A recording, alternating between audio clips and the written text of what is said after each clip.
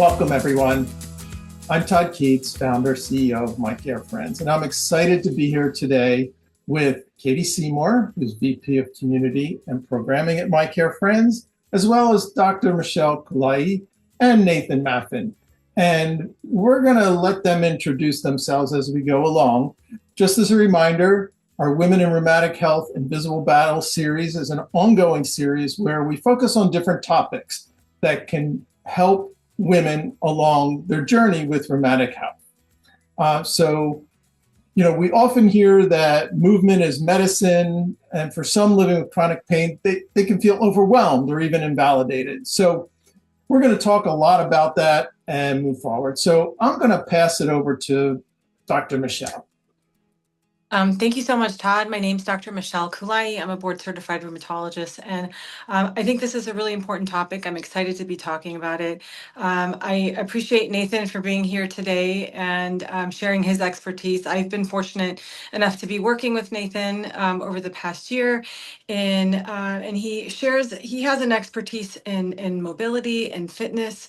But meeting people where they're at, which I think is really important in the context of, in this space, talking about women with rheumatic diseases. A lot of people have arthritis.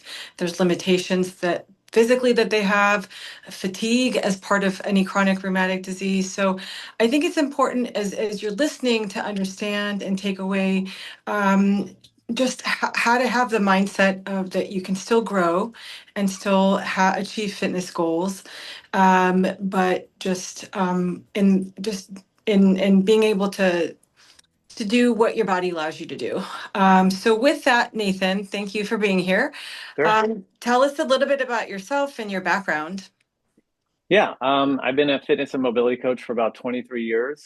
I started off in a kind of a Globo gym, commercial gym for a while, about 10 years, and then shifted out into my own private training coaching practice. And I've been there ever since for the last 13, 14 years. And I've shifted more towards mobility and movement specialization, precisely kind of for what Dr. Michelle just said, not necessarily just with people that have arthritis or anything like that, but just everybody comes in with something of a restriction, a mobility restriction, things that start to pull people out of being able to move more freely. And there just weren't answers for that when I first started. So it became something about helping people make it sustainable. And like Michelle said, meeting them where they are, no matter what that is, what condition, how they're feeling mentally, physically. So that's been my focus as of late. So I'm certified in a lot of different movement specializations. Great. Thanks so much for being here with us, Nathan. We really appreciate the expertise. And as always, Dr. Michelle, we love working with you and enjoy these podcasts so much. When I think about, you were talking about mobility restriction, Nathan, potentially a new diagnosis. There's this underlying fear, or maybe not underlying fear, and this grieving journey for women, as we're speaking about. I'd love to know from your perspective some of the most common fears women bring to you when they're starting or restarting exercise. Yeah, I think probably the most common fear would be how to differentiate whether the pain is coming from potentially my condition or how I'm moving, and then how do I continue this love of fitness or this journey of fitness, or strengthening or physical therapy that I want to keep doing, but have this pain signal constantly interrupting me and sensitizing my body and my mind about it. So that's probably the most common one that I work with. And I would say that for most of them, when they come in, there's a relief just to speak to somebody about it, share with somebody about it, be able to get that off their chest a little bit, and then have some exposure to movement specialization techniques that I think the average person just hasn't gotten a chance to be exposed to. So once they realize there's stuff they can do, that alone just tends to add a lot of relief, and we can start from there. Yeah. Absolutely. Yeah.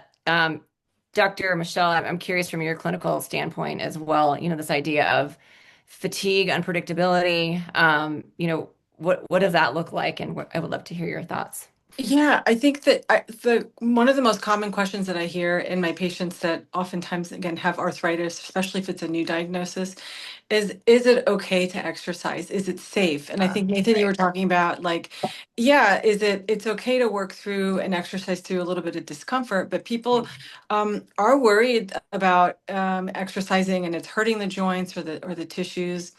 And so I think it's also just teaching what type of exercises are okay to do, and I think also letting go of what your earlier self was able to do. I think Yeah. that's just part of like just just Yeah. aging, even Yeah. without like a chronic rheumatic disease, right? I think it's like, Right. oh, I used to have this energy and do that, and it's like, but stop thinking about Yeah. that, and focus on what you have, what you can do.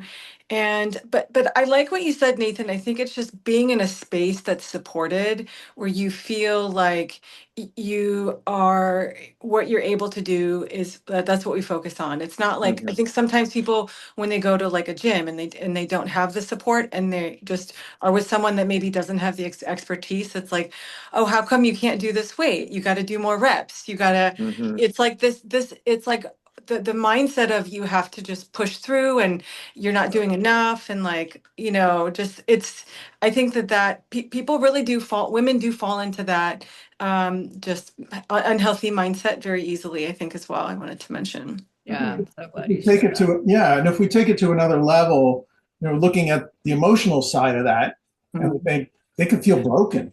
And Oh, so, or like their body can't be trusted anymore. Dr. Michelle and Nathan, how do you deal with that? Yeah, well, there is, if you don't mind me jumping in, there's Please, a please. lot of recent training and certifications and education around just what we call like a nervous system reset period, Mhm. where people come in, and this is just for anybody, to be honest, because most people are pretty high stressed at this point. But we found that it does shut off stability. It does shut off muscles from coordinating properly. It does shut off us from making the best choices we can make, or even feel like we can allow cueing and learning processes to come in. So even though sometimes those drills are breath oriented or down regulated, and it can feel like, how is this going to help me prepare to move or push myself? Often it sort of peels back this layer of oversensitivity or a very sensitized nervous system that's kind of compressing feeling and it's shutting things down. And it just sort of helps override that so that the strength, the coordination, the stability that's naturally in somebody starts to rise back to the top. And then we can sort of slowly build onto that. And when people experience that for the first time, oftentimes they don't have a way of testing it. So when we can do assessments, for example, and show somebody that a muscle fires better or a core is firing better or a balance test, then at least it helps them go, oh, something actually shifted and changed. And I can see that and feel it. And that just starts to be how they start to build trust. And for me, oftentimes, my first goal is teaching somebody how to assess themselves in some way so that when they leave and they're going to the gym and trying to build confidence, they can do something quickly to help them see that they shifted their nervous system and their balance prior to like maybe a more challenging effort that's coming up next. Yeah. yeah. So if I can chime in, so Nathan, you taught me this one exercise that I actually share with my patients because a lot of my patients that I have, I take care of bone health, osteoporosis, and mobility and balance are really, really important, making sure people don't Mm-hmm. fall or get fractures.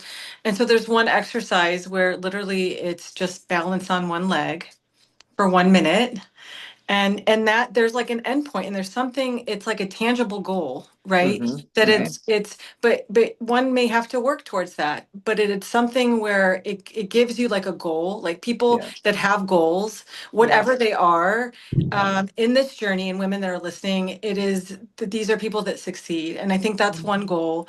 And then you do it with your eyes closed, right? So people, Yeah. so they Yeah. walk away and they're able to have, then so everybody, when they do it with their eyes closed, I'm always kind of like have my arms around, make sure that Yeah. I'm touching if they kind of get wobbly. But I like that. I think it's just giving them simple tools and exercises. I think it's just starting somewhere, right? You have to Yes. just start somewhere. Yeah. Yes. I love Yes. I love that you brought up the nervous system as well, because I think even taking several steps back, really, if your nervous system is out of place, you can't even, essentially do a micro goal like you're saying, Dr. Michelle. Mhm. And Mhm, it's mhm. amazing. It's such a duh moment for me as a woman. But if my nervous system is out of whack, we can't even go. It's connected to everything. Mhm, So mhm. that reframe and reminder of how important that is, I'm really glad you shared. Yeah, Yeah, yeah. yeah, yeah. This is a great conversation. I want to turn to what safe and supportive movement really means. Mm. Um, Mhm, we hear mobility versus flexibility, and it can be confusing. Can you mhm. explain the difference and why mobility matters for joint confidence? Yeah, I think there's a lot of definitions of mobility out there, and it can get really confusing because flexibility is a piece of mobility. So, for example, flexibility would be the range of motion that's available in that joint, whereas mobility would be the ability to control that range of motion. So, a lot of people may have sort of a passive range available in their shoulder or their hip, but then when you ask them to try to control it, it's there for whatever, it's not there or it's there for any reason. It could be limited. For example, a lot of us are sitting right now, our knee is about the level of our hip. When you have somebody stand up and raise their knee, oftentimes they just automatically raise it to the height of that chair, even though if they were to grab their knee and pull it up, they could go much further. So these are things that come up in fitness a lot of the times because we want to see what kind of range is controlled, because that's probably where the nervous system is going to be less stressed. And so if we can start in those controllable ranges to get somebody moving safely, that's usually what we'll do. And then mobility training in particular would be where we're just strictly working with breathing and maybe isometric type training where we're just trying to expose that joint to a new range, but not under heavy loads or speed or adding a lot of stress yet. So that type of training gets differentiated with me when I'm working with a client. And again, it's usually based on an assessment that I do when they first meet to see what they have available. Yeah. Great. Mhm. Yeah, even to take it further, this idea, and Mm-hmm. I know my doctor has told me this many times, how important strength training is. So I'm a cardio junkie. I love cardio, but in particular for women with a rheumatic disease, strength training can sound really intimidating. Mm-hmm. Mm-hmm. Can you talk or speak to why it actually is protective and supported? Yeah, I mean, a part of it goes into the mobility piece. Yeah. If the mobility is limited, for example, like even Dr. Michelle alluded to balance. So if the body is spending a lot of energy and tone, like muscle tone and tightness and compression, trying to balance a body that's unstable, and then you try to now add flexibility or remove that tension, you're essentially taking away a stability protocol for that body, right? It's like, hey, this is the way I've tried to answer not being stable, and now you're removing that, right? So we want to make sure this kind of goes back to the nervous system reset, is trying to understand where is that instability coming from. It could be literally like you guys talked about grief, emotional stress, like this new diagnosis. It could be coming from just the fact that they've had to stabilize around pain for so long. Yeah. And then, are you sure I can let that go? Are you sure it's safe? Like all of these things play into the body's kind of overall tone and restriction. So it is kind of like peeling off layers. So with strength training, for some people, their body shows signs that they need to activate that range. That would be somebody who's very flexible, potentially who just doesn't have control over that range. They can still have a lot of pain. Hypermobile people are a good example. And then people who are very stiff, who might need the flexibility, sometimes they need to do stretches and stuff first. But as far as somebody trying to determine strength, I think what we're looking at mostly is how best to control the range that they have. And we really just want to load and strength ranges of motion that are available the most easy. So one simple way that I have my clients check that when they're by themselves is how they breathe, right? So if we all take a breath in and out, it's kind of like this reference breath, right? But if they were to hold a weight, can they still do that reference breath? Oh, If they interesting. drop into the bottom of a squat, can they still do that reference breath? Oh, If they get into a position where suddenly that breath gets shallow or short or constricted and they can no longer do it, even if they're sitting there trying to get through it or push themselves, I'd usually recommend back off to where you can get that breath in, because that's where the nervous system is sort of saying, hey, this is probably a little more safe right now. This is where you have access.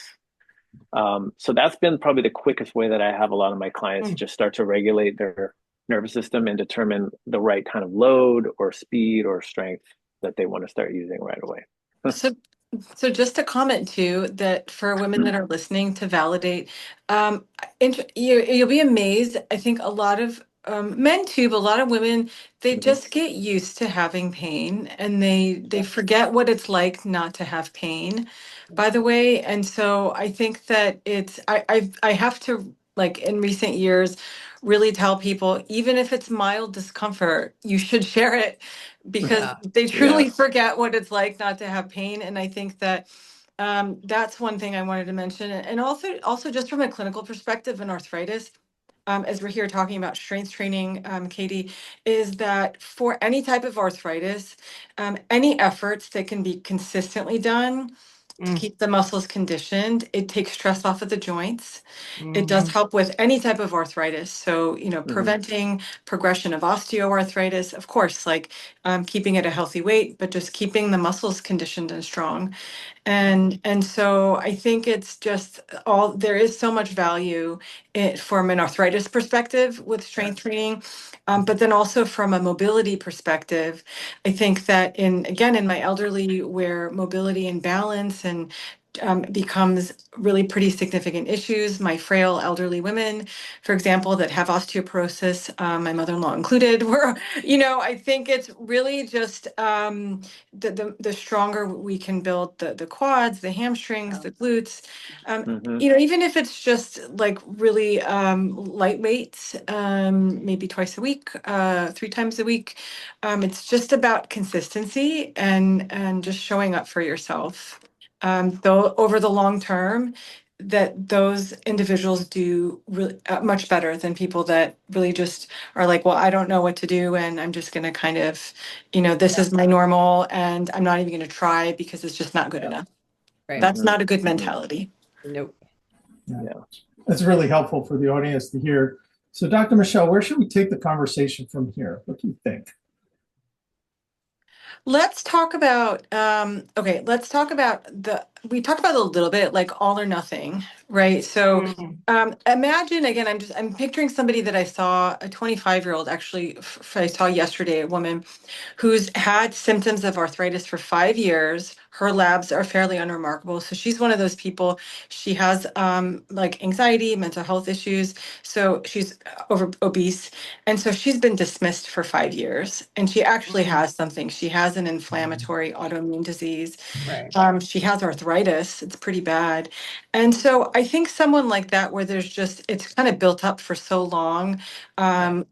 arthritis, fatigue, stress, mental health, like I think someone like that, like where would you even begin? And it is just like that.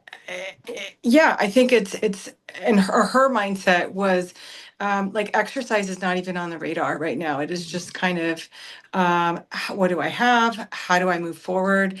So I think it is maybe addressing how would one even begin if you are listening and you feel like I hear you, I want to start doing something. I understand exercise is important, but where do you even begin from there? Hmm.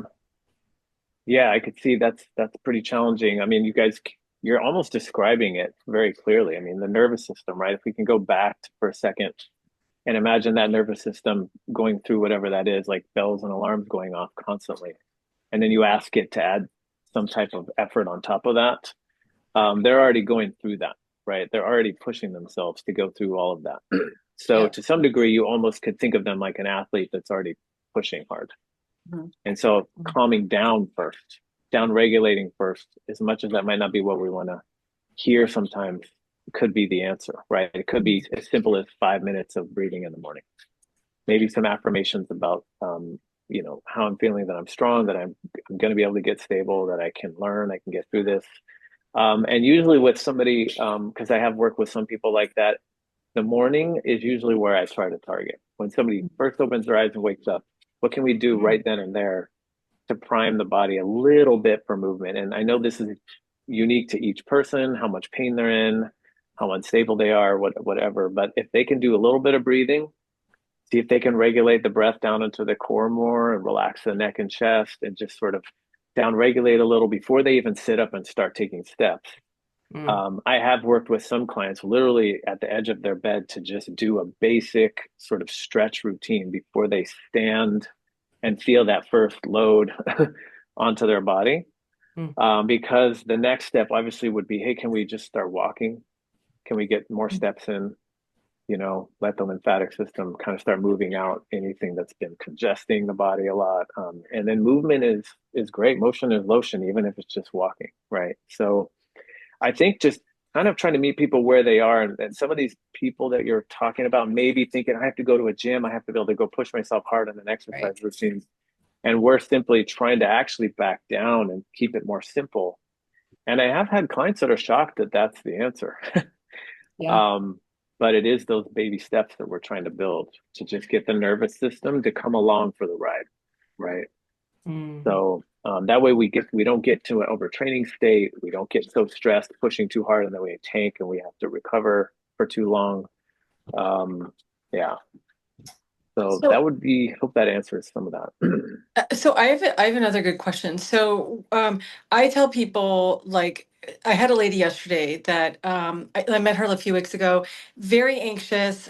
I was able to diagnose her disease, and now she comes back. She's really motivated, and she's like, I'm like walking like 7 days a week now, like 5,000 steps. That's Like great.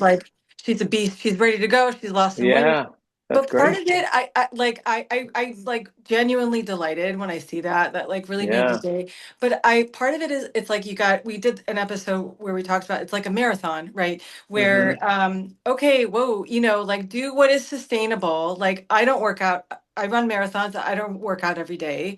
But how do you, and so the key word is consistency. So I'll tell you what I do, but I'm very curious, Nathan, what do you do in conveying to, like, in that person, that I want you to have consistency, and I'd rather you don't have to do 7 days a week of working out is exhausting. And so I'm like, I'd rather you do 3 days a week or 4 days a week and don't miss a day. Just do anything, whatever you could do. Just have that consistency. That's what I might counsel people. But what is your approach in building consistency? Like, how do you counsel people, Nathan? Yeah, well, I mean, a lot of it is just talking to people, of course, listening. There's a lot of that goes on. I try to listen to what their schedule is like. I try to talk to people, understand what they're already doing, because I think I find that sustainability is kind of like consistency, right? So the idea of consistency versus heroics, right? Some people just are imagining this heroic effort they have to put forth. But I told them, it's if we can sprinkle it throughout the day and what I call like movement snacks almost, the body will maintain that sort of that desire to move, or that movement sort of priming that you get from a little bit of activation.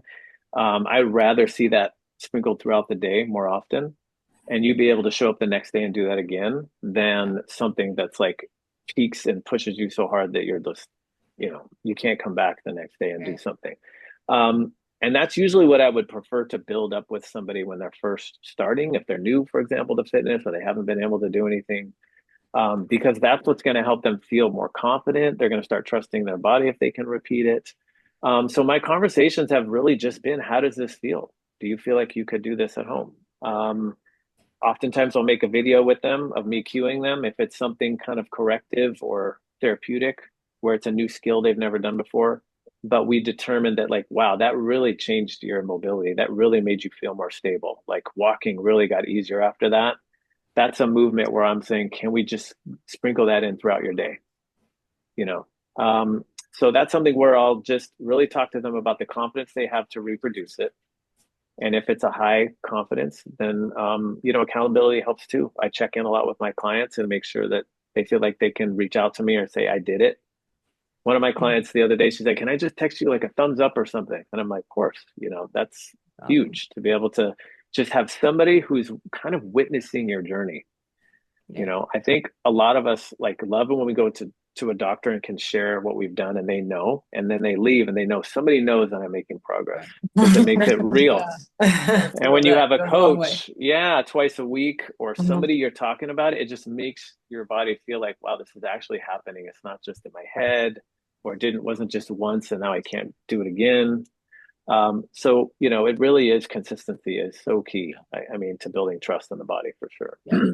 Quick side story, and I won't take too much time. I recently heard a story of a gentleman who was trying to get back into shape and go to the gym and such. He wanted to go to the gym, got the gym membership. And his coach shared with him this kind of practice. Go to the gym, work out for 5 minutes, then leave. Do that for 2 weeks and continue to do that. So he's building, if you will, this healthy habit that he knows he Yeah. can actually drive his body to the gym. I just thought that was such a beautiful story of this idea of a fresh start can happen. It doesn't have to be January 1st, right? Or a Yeah. Monday. It can happen anytime you want. So that Yeah. was really No, that's a great example. I love that. This is all great. It all comes under the topic of mindset and confidence. It's helping people learn to trust their body again, Yeah. Yes. which can be very difficult for all of us. I mean, at different times. Oh, yeah. And Yeah.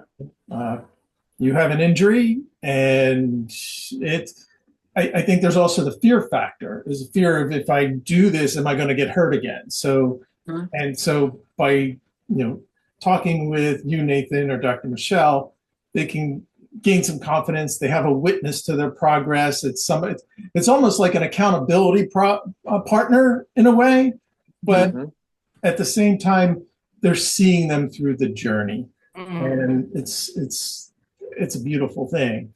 Before we talk about takeaways and encouragement, is there anything that we didn't touch on, Nathan or Dr. Michelle or Katie? Well, let me ask you, Nathan. I'm gonna chime in. What's a myth? What's a common myth that you see of women with chronic pain that they can let go of today? Well, I have a couple. I think that pain doesn't necessarily mean damage. For example, you might go get a massage and somebody presses into a muscle and it hurts and it's sensitive, but it doesn't mean damage is taking place. And I like to compare it a little bit to just being sensitive in general, right? If you're just sensitive in how you feel, it doesn't mean there's damage taking place either. A muscle can be sensitized. And oftentimes I will use that phrase before I'll say stiff or weak or some other diagnosing that may or may not be true, because literally you can have muscles that are just sensitive and need to go through some process to become less sensitive. And I think when I work with clients on using some type of like pressure technique, whether it's on a mobility ball or a foam roller, where they get a chance to just allow some pressure into a sensitive area, and I teach them how to breathe through it and know they can work through it, and they feel that muscle changing. That's just a very simple way that people understand, wow, you're right. Like I desensitized it. It doesn't feel as painful. And so once they realize they can do that, oftentimes it helps them feel more confident, because they can learn to differentiate some of that pain in their body that might feel sensitive and reactive versus something that seems kind of sketchy or unsafe. You know what I mean? So it is working with people on understanding the cues in their body, I would say. And that does take some time, especially if they've never been exposed to that before. So I know that's a little tough to imagine trying to do that on your own, but the idea that even breathing alone can change the tone in our muscles. Oftentimes, any of us can get up and do, whether it's meditation or 5 minutes of breathing, and you'll stand up and just feel a little lighter, right? You'll feel a little less bogged down and stiff. Your jaw might feel lighter. All of these little ways that I can help clients tune in, because they're finally taking the time to sit with somebody and do that work, really helps to get over that fear about pain. So that would be the first myth, I think, for sure. Other than that, I think you guys kind of mentioned it already. Even Michelle mentioned, like, any kind of strengthening around joints is helpful. I think that understanding that you can work when you have some pain, you can still lift something, you can still move a joint. It doesn't mean it's getting worse. And especially if we're obviously with the coach who can watch us move, that would be really helpful to build that confidence. But a good example would be stability type of work. That's why a lot of people, I think, like yoga, because there's so much breathing and holding of positions where they get a chance to be safe in a shape that maybe they weren't before. That's a good example of strengthening that's more supportive, right? It's not loaded right away. So the idea, I think, mainly is just if you're already in pain and it's chronic and you're going through that every day, that yes, if you go start doing some training, that pain isn't just going to necessarily disappear. You're going to have to learn how to identify it and work with it a little bit. And so ideally, if you can have some eyes on you, that would be great. But yeah, it doesn't mean you're injuring it or making it worse. I think that's the main thing I would want to get across. Maybe just some takeaway points. I do think that some key takeaways, things that I feel like I'm saying on repeat for my patients because it's that important, is know your body, know your symptoms, be very in tune. And I think as you're initiating, getting started with exercise routine, start low, go slow. Start low, go slow. I think that it's you won't know until you try doing different types of exercises, and it's about really just taking it a day at a time and like building a consistent regimen. And I think that for anybody, any level of with any woman with any level of mobility or arthritis or fatigue, there's always achievable goals. I think it's just finding what those goals are and making sure you have the right support in your corner. Yeah. Any closing thoughts, Nathan, since you're the guest of honor today? Yeah, I mean, I love talking about this stuff. I'm always open to having people call and ask me as a resource. So definitely, if anybody is really needing answers, I'm happy to help anytime. I think the main thing would be the breathing is your best tool. You do it every day. So if you could start to learn how to notice your breathing and where it is, and that you're breathing while you're moving, right? Just a quick example, when Dr. Michelle talked about balancing on one leg, how many people hold their breath the minute they lift that leg up and start balancing, right? So just even in that simple example, you'll see a lot of people just breath hold and try to hold their breath, right? And it's like already the nervous system's being challenged. Yeah. And then we're talking about maybe giving them weights to lift, right? So I think if we can just help people understand you have tools already and you can use them right now. You don't have to go and get fancy at the gym right away. You can just, this is the tool, right? This is the tool you're trying, like Michelle said, get to know this tool.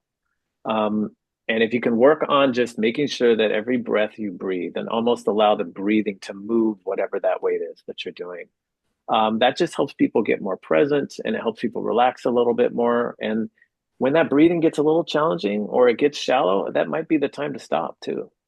If people are wondering like what's a little bit, what's slow, what is light, like feel like, that's a good example is when you can breathe comfortably. So I try to keep reinforcing that because it's something we do every day.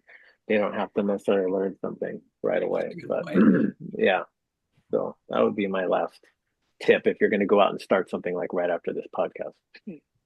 Thank you. So before we say goodbye to everybody, Dr. Michelle, anything you want to add?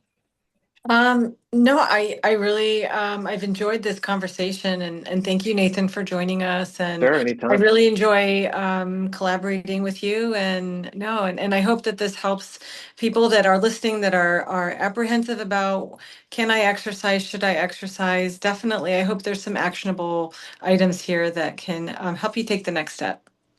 Yeah, thank you. For sure. Well, Dr. Michelle, thank you, Nathan. Katie, as always. Thank you so much. This has been a great conversation. We look forward to folks. We encourage listeners to share this, to subscribe to My Care Friends, to follow Dr. Michelle Koolaee, and to contact Nathan with any questions anytime. So until next time, take care and be well.